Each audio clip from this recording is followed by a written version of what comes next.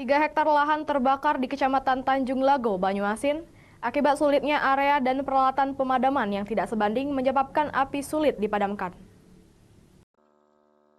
Lahan warga seluas 3 hektar di Desa Tanjung, Kecamatan Tanjung Lago, Banyuasin, hangus dilahap si jago merah.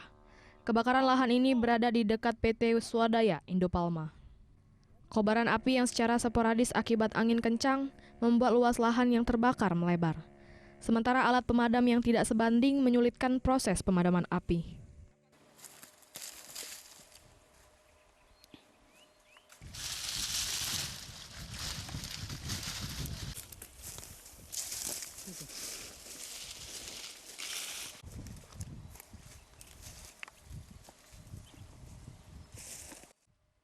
Meski demikian, api berhasil dipadamkan warga 20 jam kemudian.